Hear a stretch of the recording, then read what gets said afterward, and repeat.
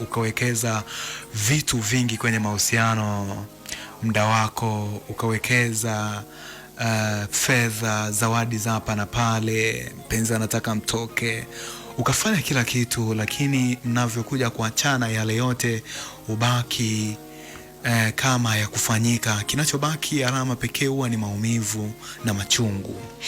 Machungu haya yanakuja pale mwenza wako ataona machungu tu.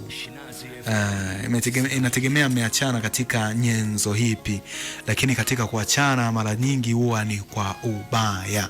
Hakuna mtu aliyewahi kuachana na rafiki yake, kuachana na mpenzi wake alafu akawa ameachana yani kiustaarabu vile. Huwa haipo bwana hiyo.